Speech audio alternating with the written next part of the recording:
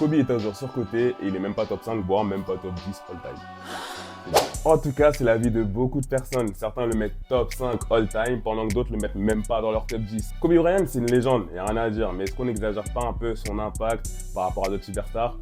C'est ce qu'on va voir aujourd'hui. Quand tu regardes le CV de Kobe Bryant, c'est du lourd. 5 titres NBA, 2 MVP des finales, 1 MVP en saison régulière, bien qu'il aurait pu en avoir plus, 18 fois All-Star et 11 fois All-NBA First Team.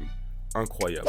Mais est-ce que ça suffit réellement pour le placer dans la discussion du top 5 all-time? Et c'est là que tout le débat commence. Certains trouvent qu'on met trop en avant son palmarès sans prêter attention au contexte. Tout d'abord, il n'a qu'un seul MVP, alors que des mecs comme LeBron, Duncan, Shaq en ont plusieurs.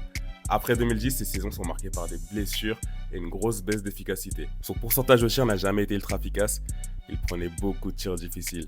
Et ses 3 premiers titres, Shaq était le leader incontesté de cette équipe des Lakers. Mais du coup, on peut se demander, son impact serait pas un poil exagéré? Mais attention, si on parle d'influence et de mentalité, Kobe est peut-être l'un des plus grands de tous. La Mamba Mentality, c'est une philosophie qui dépasse le basket. Son travail acharné a influencé toute une génération de joueurs.